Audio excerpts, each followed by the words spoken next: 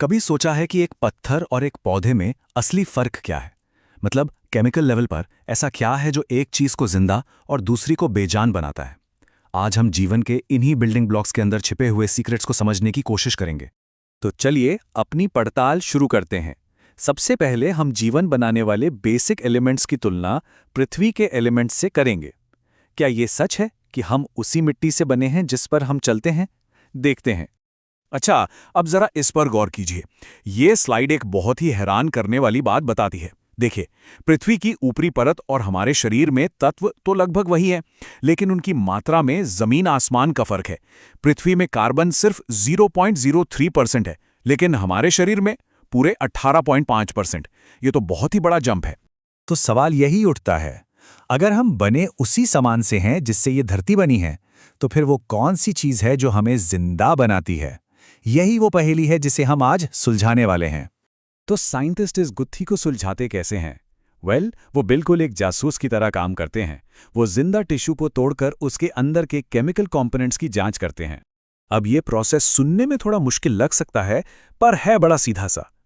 मान लीजिए कोई भी जिंदा टिश्यू, जैसे कोई सब्जी या लिवर का टुकड़ा लेकर उसे एक एसिड में पीसा जाता है, और जब इस गाढ़े घोल को छाना जाता है तो हमें दो हिस्से मिलते हैं।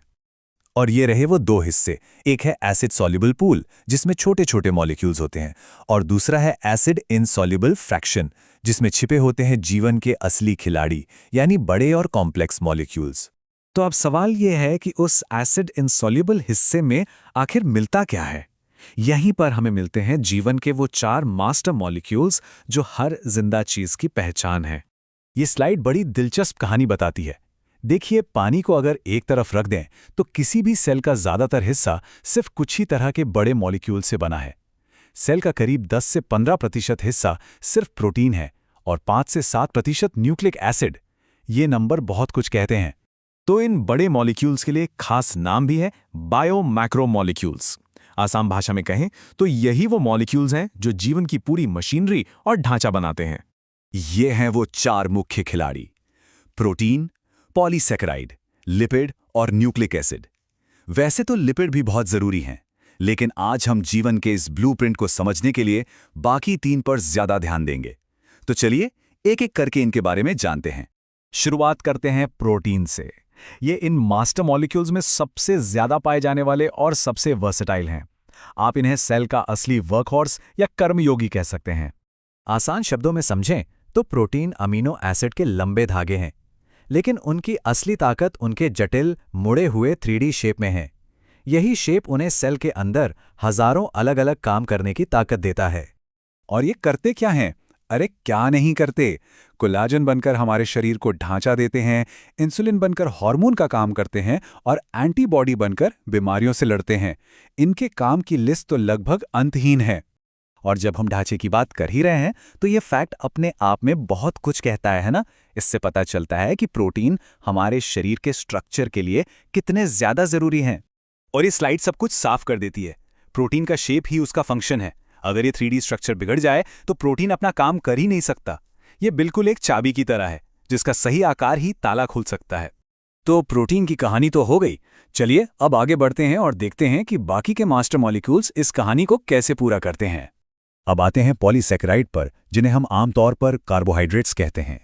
ये एक डबल रोल निभाते हैं। ये हमें एनर्जी भी देते हैं और स्ट्रक्चर बनाने में भी मदद करते हैं। इसके कुछ बढ़िया उदाहरण हैं। सेलुलोज, जो पौधों की कोशिकाओं को मजबूती देता है, और स्टार्च व ग्लाइकोजन, जो पौधों और जानवरों में एनर्जी के गोदाम की तरह काम करते हैं। और अब आते हैं मास्टर कोड पर, यानी न्यूक्लिक एसिड। ये वो मॉलिक्यूल्स हैं जिनमें किसी भी जीव को बनाने और चलाने का पूरा ब्लूप्रिंट छिपा होता है। डीएनए और आरएनए दोनों ही न्यूक्लिक एसिड हैं, पर उनमें एक बहुत छोटा सा केमिकल फर्क होता है, उनकी शुगर का टाइप। और यही छोटा सा फर्क उनके कामों में जमीन आसमान का अंतर ला देता है। तो घूम फिरकर हम अपनी शुरुआती पहेली पर वापस आ गए। वो सीक्रेट रेसिपी क्या है जो बेजान चीजों में जान डाल देती है? जवाब उन तत्वों में नहीं है जिनसे हम बने हैं। जवाब है उस अविश्वसनीय तरीके में जिससे उन तत्वों को इन कॉम्प्लेक्स मॉलिक्यूल्स में ऑर्गेनाइज किया गया है। ये सोचना भी कितना कमाल का है कि सिर्फ 4 तरह के मास्टर मॉलिक्यूल से कुदरत ने इस धरती पर जीवन की इतनी सारी वैरायटी बना डाली है। तो ये हमें एक आखिरी सवाल के साथ छोड़ जाता है।